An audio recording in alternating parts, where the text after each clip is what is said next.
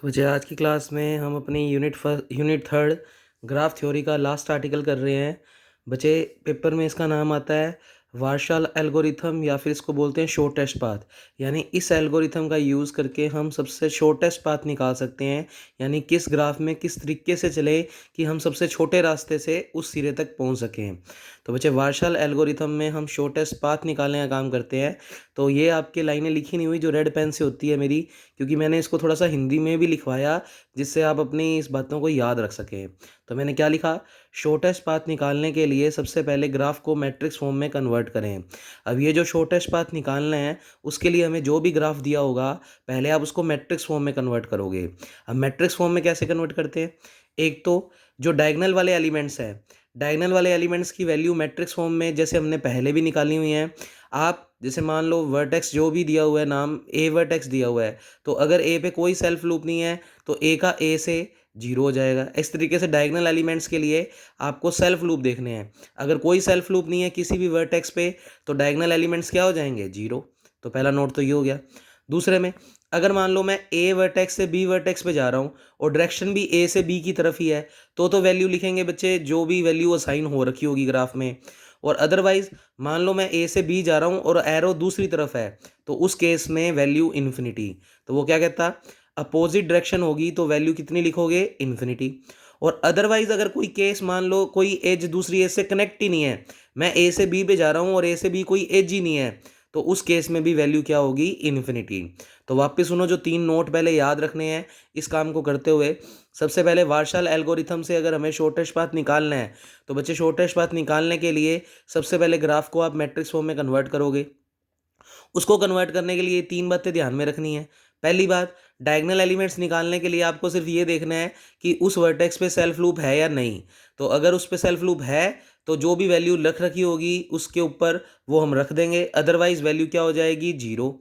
जैसे मान लो for example कोई भी ग्राफ बना हुआ है, ये मान लो उसका ए वर्टेक्स है, इस पे एक लूप बना रखा है, इस पे वैल्यू 5 लिख रखी है। तो जब ए से ए के लिए बात करेंगे यानी ए वर्टेक्स से ए वर्टेक्स पे, तो ए पे बिल्कुल सेल्फ लूप है और उसकी वैल्यू कितनी है, 5।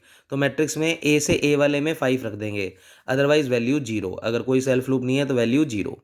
उसके अलावा अब जैसे मान लो ये ए से बी है, डायरेक्शन ए से बी, अगर मेरे को ए से बी निकालना है और ए से बी की तरफ ही डायरेक्शन है तो जो भी वैल्यू यहाँ पर लिख रखी होगी मैं वो लिख दूंगा।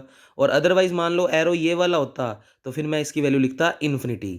फिर ऐसे ही अब जैसे इसका इससे कोई कनेक्शन नहीं है और मान लो इस वर्टेक्स का नाम ई है, तो ए से ई का कोई कनेक्शन नहीं है तो कनेक्शन ना होने पर भी वैल्यू कितनी रखी जाएगी, इन्फिनिटी। तो ये तीन बातें आपको मैट्रिक्स फॉर्म में बनाते वक्त ध्यान में रखनी है। तो मैंने बच्चे आपको डायग्राम दिखाता हूँ, तो ये कुछ भी नहीं है, ये सब कुछ कट किया हुआ है, आपको ये डायग्राम बनाया हुआ है। अब ये डायग्राम बेटर तरीके से समझाने के लिए, क्योंकि इसमें थोड़ा छोटा छोटा है, तो मैंने इसको अच्छे से बड़ा बड़ा बना लिया। एग्जैक्टली वैल्यूज़ वही लिखी हैं जो दे रखी हैं, डायरेक्शंस भी वही बनाई हैं जो बना रखी हैं। तो बच्चे अब मैं इस डायग्राम से ना बात करके आपसे इस डायग्राम से करूँगा, क्योंकि इसमें देखो ये 7 मिक्स हो रहा है। 7 जो है वो बी से ई की वैल्यू है, तो बी से ई की वैल्यू मैंने क्लियरली 7 बना दी। तो अब इस वाले डायग्राम में सब कुछ क्लियरली मेंशन दिख रहा है हमें। तो इस डायग्राम के थ्रू हम ये सारा वार्शल एल्गोरिथम कैसे प्रोसेस करते हैं, एल्गोरिथम एक प्रोसेस है, वो प्रोसेस किस तरीके से करेंगे वो देख रहे हैं। तो सबसे पहले बच्चे आपको जो भी ग्राफ दे रखा होगा, अगर आपको उसका वार्शल एल्गोरिथम से शॉर्टेस्ट पाथ निकालना है तो सबसे पहले इसके अंदर नंबर ऑफ वर्टिसेस काउंट करो। तो अगर हम इसके अंदर नंबर ऑफ वर्टिसेस काउंट करें तो A B C D E, total आपको 5 वर्टिसेस दिख रहे हैं। तो पहली बात तो दिमाग में रखना कि एक तो हम अभी अभी डी नोट मैट्रिक्स बनाएंगे और उसके बाद हम 5 मैट्रिक्स इसलिए बनाएंगे क्योंकि इसमें टोटल 5 वर्टेक्स हैं। डी नोट तो अलग है, वो तो इसकी जस्ट मैट्रिक्स रिप्रेजेंटेशन है। उसके बाद शॉर्टेस्ट पाथ निकालने के लिए हम 5 मैट्रिक्स ही क्यों बनाएंगे, डी जीरो के बाद 5, वो इसलिए क्योंकि इसमें 5 वर्टेसेस गिवन है। तो आप नोट के रूप में लिख लो और मैंने यहाँ पर लिखा भी हुआ है, देखो ध्यान से। इसमें 5 वर्टेक्स हैं तो हम D5 तक बनाएंगे। D1 का और आगे वाली चीज़ों का मतलब अभी समझाता हूँ मैं आपको। तो सबसे पहले डी नोट कैसे बनाएंगे बच्चे, सबसे पहले डी नोट कह दो या डी जीरो कह दो। तो डी नोट या डी जीरो कैसे बनाएंगे, तो देखो ध्यान से, मैंने डी जीरो नाम से एक मैट्रिक्स लिखी, वर्टेक्स टोटल 5 थे तो ए बी सी डी ई, और इधर भी वही vertex A B C D E. अब आप लोग मेरे साथ साथ डायग्राम देखोगे और वैल्यूज़ निकालने का तरीका सीखोगे। तो बच्चे ध्यान से देखें, तो मैंने इसको अलग पेज पे इसलिए बनाया है जिससे जब अपने पांचों मैट्रिक्स बनाए तो अपने को बारी बारी दिक्कत ना आए। तो देखो ध्यान से, डायग्राम आपको दिख रहा होगा। तो बच्चे मुझे D0 की वैल्यू निकालनी है, तो ए का ए से कनेक्शन। देखो डायगोनल वाले एलिमेंट्स का मतलब है कि उन वालों पे सेल्फ लूप है या नहीं। अगर सेल्फ लूप बना हुआ है और उसके ऊपर जो भी वैल्यू दी हुई है वो रख देंगे, अदरवाइज वैल्यू जो मानी जाएगी वो मानी जाएगी जीरो। तो डायगोनल वाले एलिमेंट्स के अंदर अगर सेल्फ लूप नहीं है तो वैल्यू जीरो।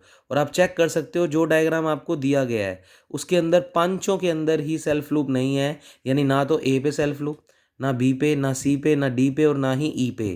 तो इसका मतलब ए का ए से यानी ए से ए पे कोई सेल्फ लूप नहीं है तो वैल्यू जीरो।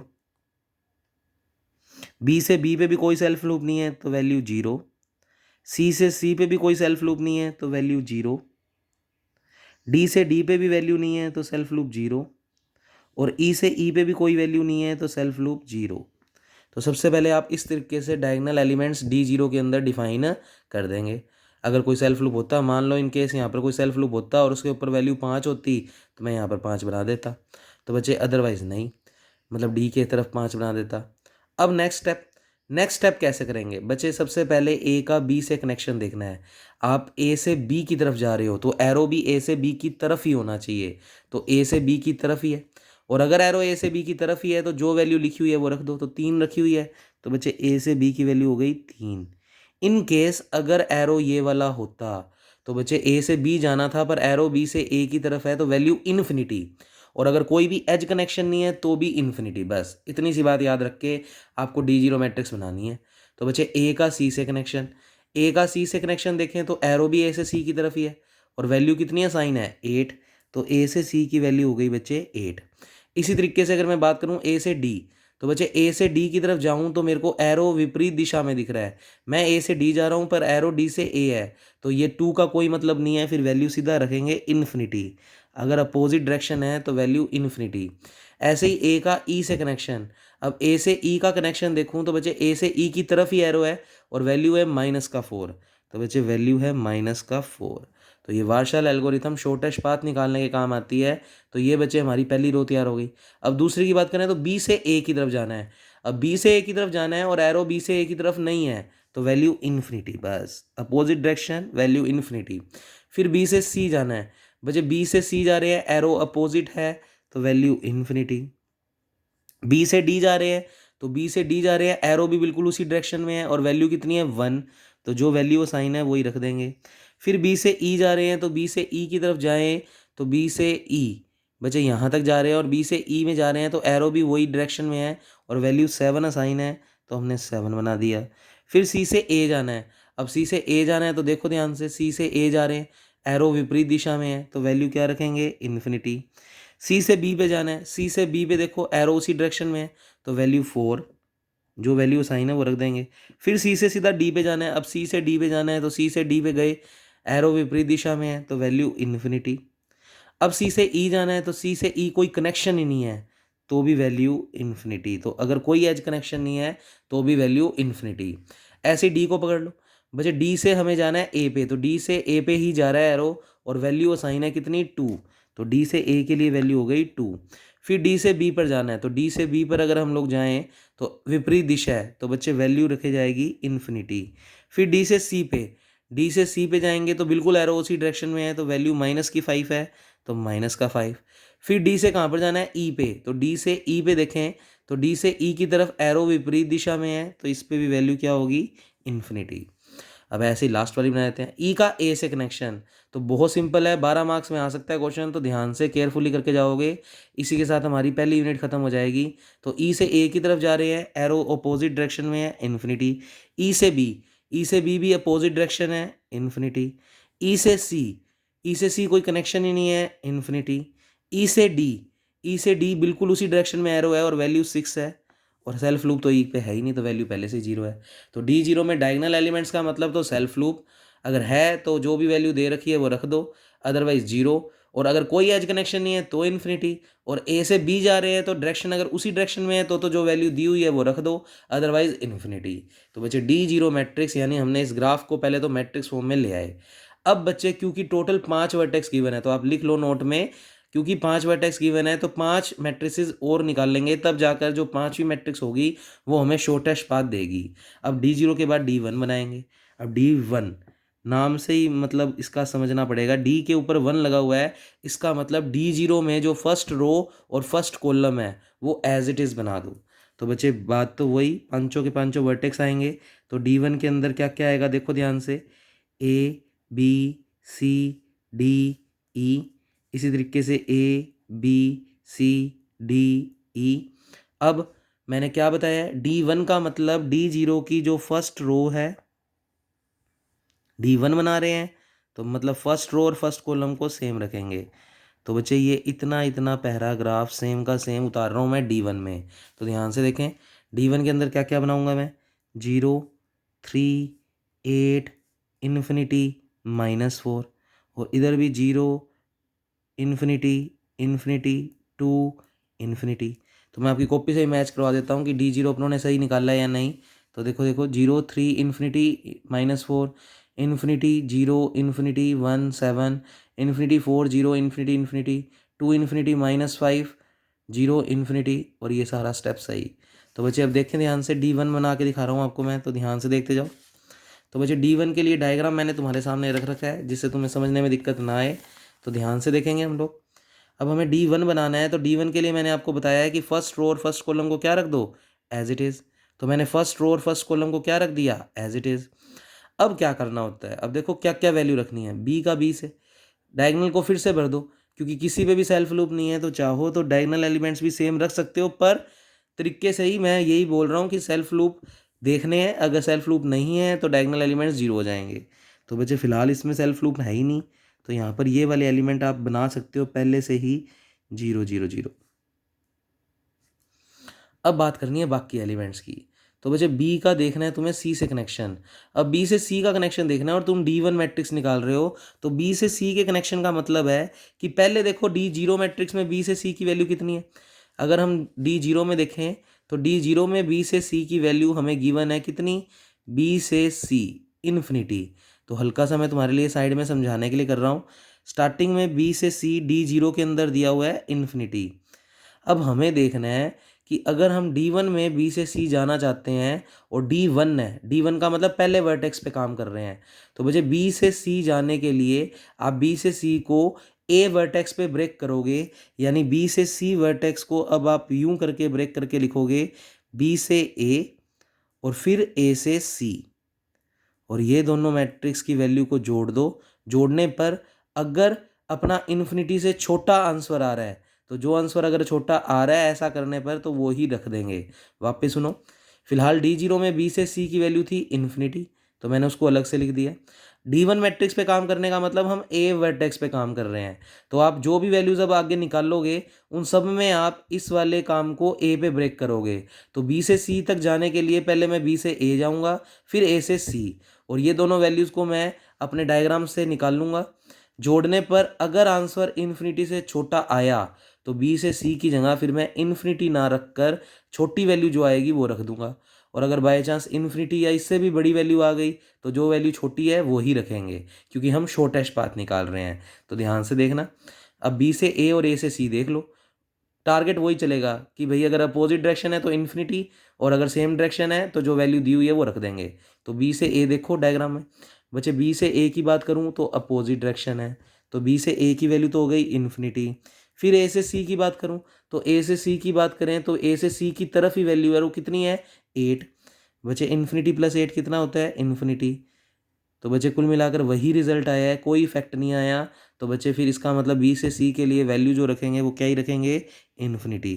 ऐसे करके हर एक निकालेंगे। तो 12 मार्क्स का क्वेश्चन है सिंपल, बस यही टेक्निक आगे यूज़ करते रहने हैं। D2 निकालेंगे तो बी वर्टेक्स पे ब्रेक करेंगे, और 5 इसलिए निकाल रहे हैं क्योंकि 5 वर्टेक्स है। तो D0 के बाद 5 मैट्रिक्स इसलिए निकाल लेंगे क्योंकि टोटल 5 वर्टेक्स हैं, अपने आप 5वें में शॉर्टेस्ट पाथ आ जाएगा। अब जाना है बी से, देखो डी, बी से डी, पहले D0 में देखो कितना वैल्यू है, बी से डी में वैल्यू है 1, तो मैंने साइड में फिर लिखा कि मुझे बी से डी का मान कितना दिया हुआ है 1, पर मेरे को चेक करना है कि बी से डी को ए पे ब्रेक करके कोई और छोटी वैल्यू ना आ रही हो। तो बच्चे बी से ए और ए से डी, तो हमने ए पॉइंट पर इस वर्टिसेस को ब्रेक कर दिया। अब बी से ए देखो डायग्राम के अंदर, बी से ए डायरेक्शन अपोजिट है, ऑब्वियस बात है इसकी वैल्यू फिर क्या हो गई, इन्फिनिटी। अब इसका मान कुछ भी हो, इन्फिनिटी में जुड़ेगा इन्फिनिटी आएगा, तो इससे तो आंसर बड़ा आ रहा है जबकि ये आंसर छोटा है, तो जो आंसर छोटा है वही लेंगे। तो बी से डी की वैल्यू जो 1 है वही छोटी है, तो यहाँ पर फिर 1 ही कंसीडर करेंगे। बाकी पूरा मैं कर देता हूँ। ए से डी की बात करूँ तो ए से डी भी अपोजिट डायरेक्शन है, तो infinity, infinity plus infinity infinity. तो बी से डी 1 था, और बी से डी को अगर ए पे ब्रेक करके काम करते हैं तो वैल्यू बड़ी आ रही है, और हमें तो उन दोनों में से छोटी वैल्यू सेलेक्ट करनी है, तो बी से डी 1 ही सिलेक्ट होगा क्योंकि वही छोटी वैल्यू है।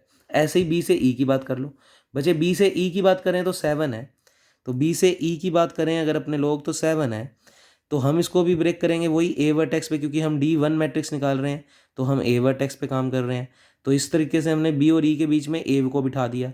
अब बी से ए चलो, बी से ए जा रहे हैं, अपोजिट डायरेक्शन है इन्फिनिटी। और ए से ई की बात करें तो देख लो, चेक करवा देता हूँ, ए से ई में बिल्कुल -4 आ रहा है, वही डायरेक्शन है, दोनों जुड़कर आएगा इन्फिनिटी, तो अभी भी वैल्यू यही छोटी है, तो बी से ई में भी क्या करेंगे हम 7। इस तरीके से आप सारी वैल्यूज़ निकालोगे तो निकलवाओ बच्चे।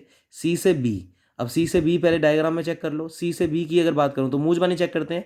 सी से बी कितना है 4। अब सी से बी 4 है तो मैं सी से बी वाले को ए पे ब्रेक कर देता हूँ और चेक करता हूँ कि 4 से कम आ रहा है या बड़ा आ रहा है, तो मैं इसको और दिखा देता हूँ। तो सी से बी की बात कर रहे हैं हम। सी से बी D0 मैट्रिक्स में तो वैल्यू दी हुई है 4। अब मेरे को इसको देखना है कि ये और छोटा बन रहा है या नहीं, तो सी से ए और ए से बी। तो डायग्राम में देखो सी से, वैसे सी से ए की बात करें तो सी से ए अपोजिट डायरेक्शन है, वैल्यू सीधी सी बात इन्फिनिटी। क्वेश्चन यहीं टाइम वेस्ट मत किया करो, ये इन्फिनिटी है तो ये कुछ भी हो ये इन्फिनिटी ही बनेगा, तो यही वैल्यू छोटी रहेगी। तो सी से बी कितना ही आएगा 4। अब आना है हमें सी से डी पे। सी से डी में देखो डायग्राम में, सी से डी में वैल्यू कितनी है इन्फिनिटी। अब यहाँ कुछ मिल सकता है इसलिए बना के देखते हैं। सी से डी इन्फिनिटी, अब ये तुम्हारी मर्जी है, 1-2 करके दिखा दो, बाकी सीधा वैल्यू रख दो। सी से डी इन्फिनिटी दिया हुआ है हमें, हम सी से डी को पहले ए पे ब्रेक करेंगे क्योंकि D1 मैट्रिक्स पे काम कर रहे हैं तो सारों में ए वर्टेक्स पे ब्रेक करना है।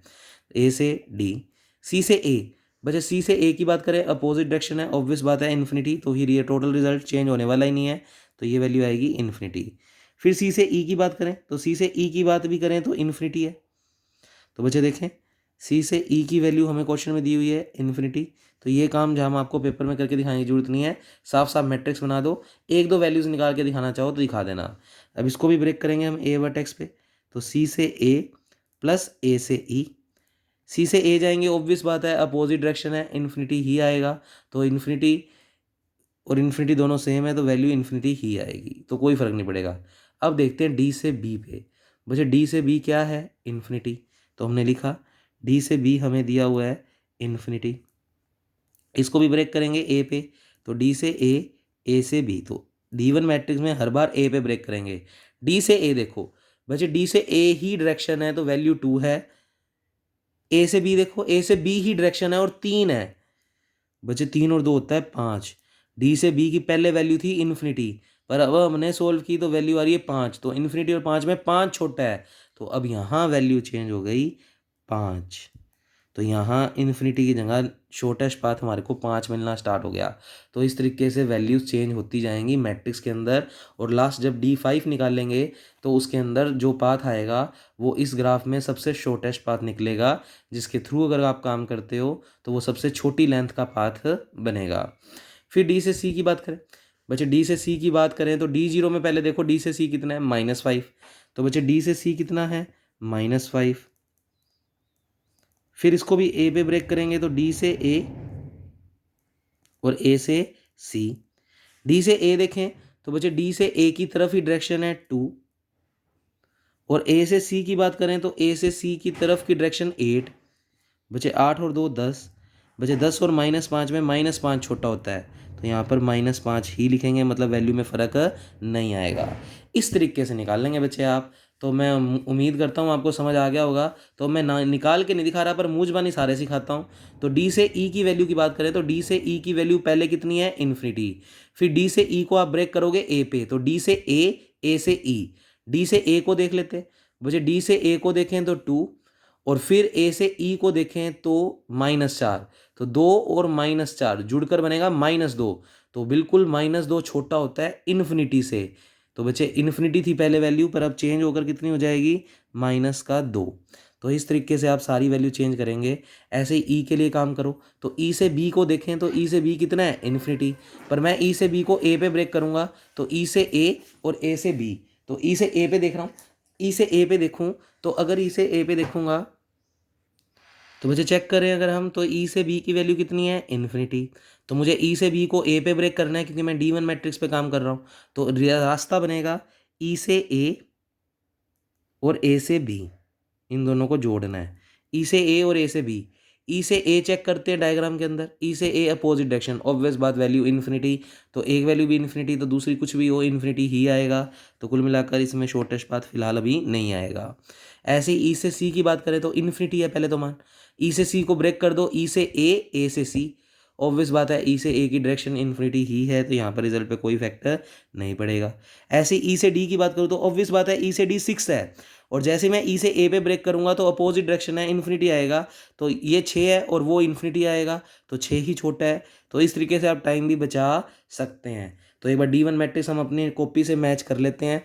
तो मैंने कोशिश की है आपको बनवा के दिखाने की, तो ये मैं यहाँ से समझाना थोड़ा सा मुश्किल था, इसलिए मैंने इसको इस तरीके से समझाया। तो उम्मीद करता हूँ आपको समझ में आया होगा। तो बच्चे वैल्यूज़ मैच कर लेते हैं अपने, 0 3 इन्फिनिटी 8 -4। तो आपको देखने की जरूरत नहीं है, बस मैं चेक कर लेता हूँ। Infinity 0 infinity 1 7 infinity 4 0 infinity infinity 2 5 -5 0 -2 infinity, बिल्कुल बचे। तो D1 मैट्रिक्स बिल्कुल सही है, और ये थोड़ा बहुत काम जो हम यहाँ पर करके दिखाया भी है, और इसमें ए इसलिए लिख रहे हैं क्योंकि D1 निकाल रहे हैं। तो ये छोटी छोटी बातें नोट के रूप में अगर लगा लोगे तो फिर तुम्हें पेपर वाले दिन, वैसे तो वीडियोज़ चला के देख सकते हो, पर टाइम क्यों वेस्ट करो, अगर एक बारी में काम पूरा अच्छे से परफेक्ट कर लो।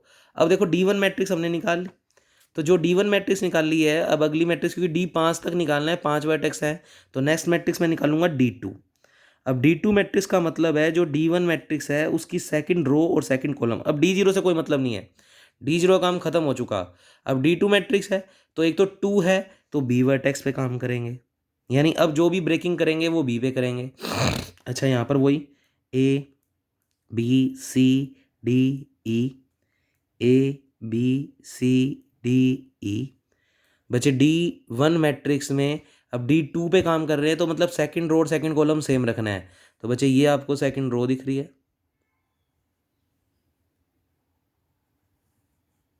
और ये आपको सेकंड कॉलम दिख रहा है। ये तो मैं रखूँगा एज इट इज़ यहीं पर।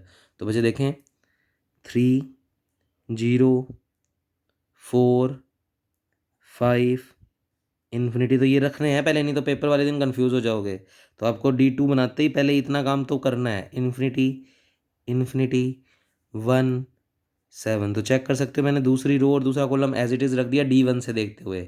अब D0 का कोई लेना देना नहीं है आर्टिकल में। अच्छा, उसके अलावा डायगोनल वाले भी पहले लिखना चाहो तो लिख लो, डायगोनल वालों पे कोई सेल्फ लूप नहीं है, तो ये मान भी चाहो तो पहले ही पुट कर दो 0 0 0।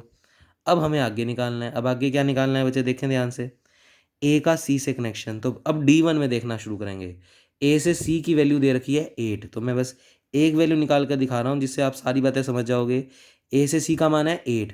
अब ए से सी को मैं क्योंकि D2 पे काम कर रहा हूँ तो मैं बी में ब्रेक करूँगा, तो अब इनको ब्रेक करेंगे तो ए से बी और बी से सी, अब सारों में ही बी पे ब्रेक होगा, और देखते हैं कि वैल्यू 8 से छोटी आती है नहीं। तो डायग्राम देख लेते हैं, ए से बी और बी से सी। बच्चे ए से बी की तरफ ही डायरेक्शन है तो 3, और बी से सी अपोजिट डायरेक्शन है, तो बच्चे वैल्यू इन्फिनिटी, 3 + इन्फिनिटी इन्फिनिटी, तो अभी 8 ही छोटा है, तो यहाँ पर 8 ही आएगा।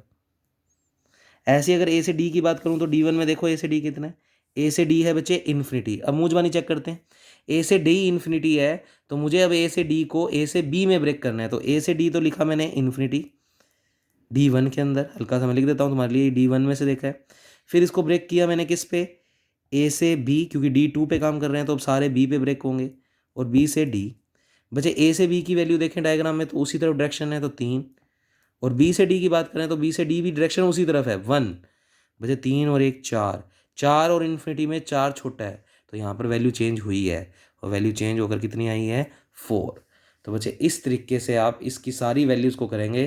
तो अपने तो मूंजबानी करते हैं हम, ए से ई की वैल्यू अगर इसमें देखें तो है -4, पर मैं ए से ई को ए से बी और बी से ई।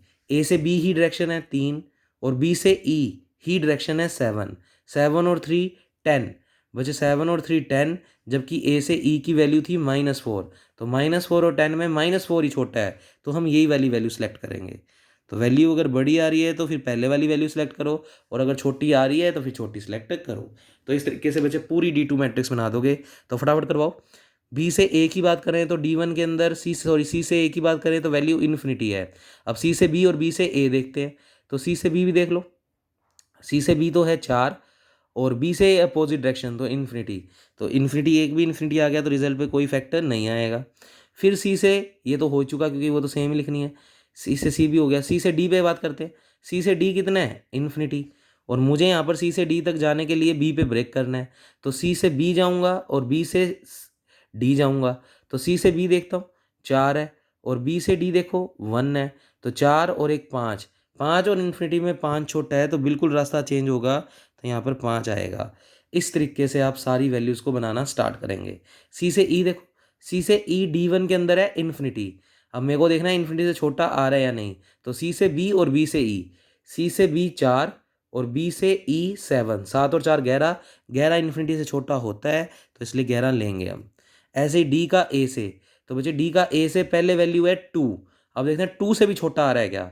तो डी से बी और बी से ए, तो बी पे ब्रेक करेंगे, तो डी से बी अपोजिट डायरेक्शन है इन्फिनिटी, तो यही वैल्यू छोटी है, सीधी सी बात 2। फिर डी से सी की बात करें। अब डी से सी की बात करें तो मेरे को डी से बी पे ब्रेक करना है। अब क्यों टाइम वेस्ट करते हो बच्चे, डी से सी की वैल्यू -5 है, और मैं जब अगर इसको बी पे ब्रेक करूंगा तो डी से बी अपोजिट डायरेक्शन है, तो वहाँ से तो इन्फिनिटी ही आना है। तो बच्चे यहाँ पर वैल्यू -5 ही छोटी रहेगी, तो वो पहले ही लिख दो। ऐसे ही यहाँ पर डी से ई का मान -2 है और मैं बी पे ब्रेक करूंगा तो इन्फिनिटी ही आने वाला है, तो नो टाइम वेस्ट, यहाँ पर वैल्यू सीधा कितनी रखो -2। ऐसे करते ही अगली वाली पुट कर दो। ई से ए। ई से ए में ई से बी पे ब्रेक करना होगा, तो देखते हैं ई से बी पहले अपोजिट डायरेक्शन है क्या। बिल्कुल अपोजिट है, तो यहाँ से तो इन्फिनिटी ही आना है हर बार। तो बच्चे देख लो, ये इन्फिनिटी है ही और वो उससे भी इन्फिनिटी ही आना है, फिर इससे भी इन्फिनिटी, उससे भी इन्फिनिटी।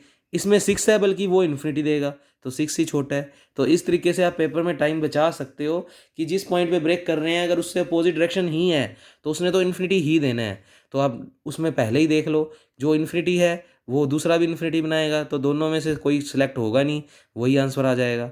और अगर उसमें ऑलरेडी कोई छोटा है तो ये तो इन्फिनिटी ही बनाने वाला है, तो वो छोटे वाला ही लिख लो। तो D2 मैच कर लेते हैं अपने अपने नोट्स के अकॉर्डिंग। तो D2 की वैल्यूज़ अगर मैच करें तो 0 3 8 4 -4, infinity 0 infinity 1 7, infinity 4 0 5 11, 2 5 -5 0 -2, infinity infinity. ठीक है बच्चे, तो ये D2 आ गया। अब क्यों की बात समझ गए हो तो मैं सीधा कॉपी में अब समझा रहा हूँ तुम्हें। डायग्राम मैं मेरे वाला रख लेता हूँ और वो सारी बातें समझा देता हूँ। तो देखो D3 में अब तुम्हें बातें समझ में आने लग जाएगी, तो ध्यान से देखना। D2 के बाद D3 बनाओगे तो D2 के अंदर जो थर्ड रो और थर्ड कॉलम है, क्योंकि D3 बना रहे हैं तो थर्ड रो और थर्ड कॉलम को सेम रखना है। तो बच्चे देख सकते हो मैं D2 के अंदर थर्ड रो और थर्ड कॉलम को अंडरलाइन कर रहा हूँ।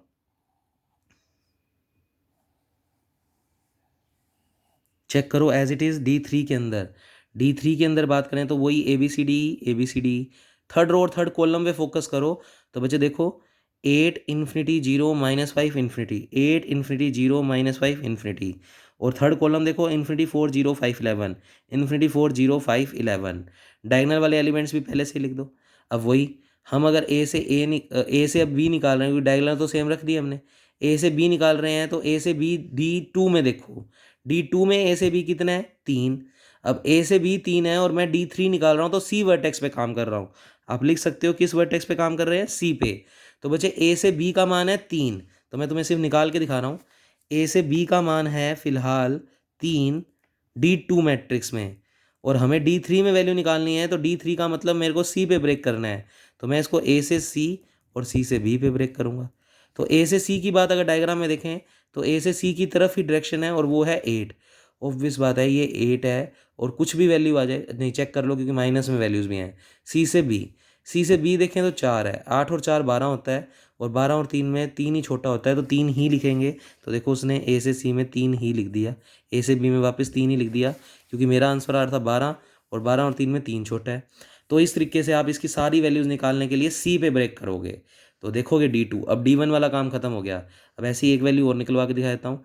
तो हम थर्ड रो को सेम लिख ही चुके हैं, तो अब ए से डी की बात करनी है सीधा। तो ए से डी की बात, तो आप अगर कॉपी में बनाओगे तो आपको फिर पता लगता रहेगा कि कौन सी वैल्यू निकालनी है। ए से सी इसलिए नहीं निकाल रहे क्योंकि थर्ड रो और third column as it is रख चुके हैं। अब ए से डी की बात करें तो ए से डी का मान इसमें तो है 4, और मुझे देखना है ए से डी का मान अब क्या बात है। तो ए से डी के लिए मैं ए से सी, सी से डी, ए से सी 8 और सी से डी अपोजिट डायरेक्शन, तो इन्फिनिटी। ऑब्वियस बात है आंसर इन्फिनिटी आएगा। तो इन्फिनिटी और 4 में 4 छोटा है तो 4 लिख दिया। इस तरीके से आप ये पूरी मैट्रिक्स खुद से बनाएंगे। तो बच्चे अब ये काम अब आपका है। तो मैंने मेन मोटी मोटी बातें सारी समझा दी है। ऐसे D4 पे काम करोगे। तो बच्चे अब D3 का फोर्थ रो और फोर्थ कॉलम देखो, चेक करो, सेम लिखा हुआ है। तो फोर्थ कॉलम 41506, 41506, और इसका फोर्थ रो देखो तो ये भी as it is. Diagonal elements भी वापस लिख दो। और अब जितनी भी वैल्यूज़ निकालोगे तो D4 पे काम कर रहे हो तो D पे ब्रेक करोगे। तो स्मॉल d पे सारे एलिमेंट्स ब्रेक करोगे। तो ये देखो मैंने रेड पेन से दिखाए हुए हैं। तो आपकी कॉपी में हो सकता है रेड पेन वाला काम ना हो, तो हल्का सा आप इस पूरे का, ये सारी चीज़ें जो साइड में लिखी हुई हैं ये मैंने पूरी लिखी हुई हैं कि 5 वर्टेक्स है तो D5 तक बनाएंगे। D1 का मतलब फर्स्ट रो के फर्स्ट कॉलम वैसे ही लिखें और डायगोनल एलिमेंट्स भी एज इट इज़ लिख दो। ऐसे D2 में D1 की सेकंड रो और second column as it is. तो ये छोटे छोटे नोट लगा दिए। इनकी कोई एक वैल्यू निकाल के दिखा दी तो C पे ब्रेक करके निकाल दी, और इसकी कोई एक वैल्यू निकाल के दिखा दी तो D पे ब्रेक करके निकाल दी। तो इस तरीके से आप ये पूरी मैट्रिक्स बना दोगे। क्योंकि D4 ही आया है तो D5 भी निकालेंगे। D5 के अंदर D4 का फोर्थ रो और fourth column as it is रखा हुआ है। तो बच्चे D5 निकाल रहे हैं, तो 5 निकाल रहे हैं तो फिफ्थ रो और फिफ्थ कॉलम D4 में एज इट इज़। तो ये वाली रो और ये वाला कॉलम तुम्हें एज इट इज़ मिलेगा। और D5 में काम कर रहे हैं तो E पे ब्रेक करोगे। तो हल्का सा मैं लिख देता हूँ, D5 में काम करोगे तो तुम आर्टिकल में E पे ब्रेक करोगे। तो मैंने एक वैल्यू जैसे E पे ब्रेक करके लिख के दिखा दी। तो इस तरीके से आप वैल्यूज़ निकालोगे, ये पूरी मैट्रिक्स बन जाएगी। अब ये जो मैट्रिक्स आई है ये शॉर्टेस्ट पाथ को रिप्रेजेंट कर रही है। तो बच्चे इस तरीके से वार्शाल एल्गोरिथम से आप अपने क्वेश्चन को कंप्लीट करते हैं। अब ये क्वेश्चन हम बहुत बार कर चुके, इसको हमने कल एक फॉर्मूले से भी प्रूव किया था। अब इसको अगर डायग्रामेट्रिकली प्रूव करना है तो वो भी मैंने शो करके दिखाया हुआ है। वो कहता है K5 को प्रूव करो कि वो प्लेनर है या नॉन प्लेनर। तो सबसे पहले तो K5 का मतलब वो एक कंप्लीट ग्राफ है, क्योंकि ये रिप्रेजेंटेशन कंप्लीट ग्राफ की है जिसमें 5 वर्टेक्स हैं। और कंप्लीट ग्राफ का मतलब होता है कोई सेल्फ लूप या एजेस, पैरेलल एजेस नहीं होंगी, प्लस हर एक एजेस का, हर एक वर्टेक्स का कनेक्शन होगा। तो यही बनता है K5 में, हम बहुत बार बना चुके हैं। अब बच्चे इनमें क्रॉस सेक्शन में है तो फिलहाल तो ये प्लेनर नहीं है। चेक करना है क्या ये प्लेनर बनाया जा सकता है। तो हमने कोशिश की। तो पहले तो ये वाली सारी चीज़ें तो एज इट इज़ बना दी, फिर E से DC वाली भी एज इट इज़ बना दी, A से C वाली भी एज इट इज़ बना दी, सॉरी पहले B से E वाली एज इट इज़ बना दी। अब बच्चे मैंने ये वाली एज हटा के, देखो ये A से D वाली एज यहाँ से हटा के इसको बाहर से कनेक्टेड कर दिया जिससे क्रॉस ना हो। प्लेनर का मतलब क्या होता है, कोई एज क्रॉस नहीं करनी चाहिए। ऐसे ही अगर मैं ये D से कौन सी वाली एज देखूँ, B वाली, तो इसको भी बाहर मैंने बना दिया। अब ये तो बना दिया, अब एक एज बच गई A से C। A से C वाली एज को अगर मैं यूँ बनाता हूँ तो ऑलरेडी क्रॉस हो रही है, और यूँ बनाता हूँ तो भी ये इसके साथ क्रॉस होगी ही होगी, और अगर ये वाली बार बनाता हूँ तो ये फिर क्रॉस हो रही है। तो इसका मतलब एक एज तो क्रॉस में आएगी आएगी। इसका मतलब इसको प्लेनर ग्राफ में कन्वर्ट नहीं कर सकते। तो ये कैसा ग्राफ है, नॉन प्लेनर। तो पेपर में अगर ये क्वेश्चन आता है तो आप इससे भी कर दो और उस फॉर्मूले से भी कर दो, दोनों तरीके से ही करे आओ जिससे आपको पूरे नंबर मिल जाएँ। तो नीचे लाइन लिखी हुई है, K5 कैसा ग्राफ है, non planar, because in this A से C क्रॉसेस द एज, यानी आपस में एज क्रॉस कर रही है, इंटरसेक्शन आएगा ही आएगा एजेस का, तो ये कभी भी प्लेनर ग्राफ बनाया नहीं जा सकता। तो बच्चे यहाँ पर हमारा यूनिट ख़त्म हो गया है। तो ये यूनिट नंबर 3 कंप्लीट। अब कल की क्लास में करेंगे यूनिट नंबर 4 ट्री। तो बच्चे सिलेबस चल रहा है, फीसें आप करवाएं बच्चे, पूरी कंप्लीट करवा दो बस। अब टाइम नहीं है तो आप फीसें पूरी कराएं, बारी बारी मुझे ना कहना पड़े। Okay, thank you class.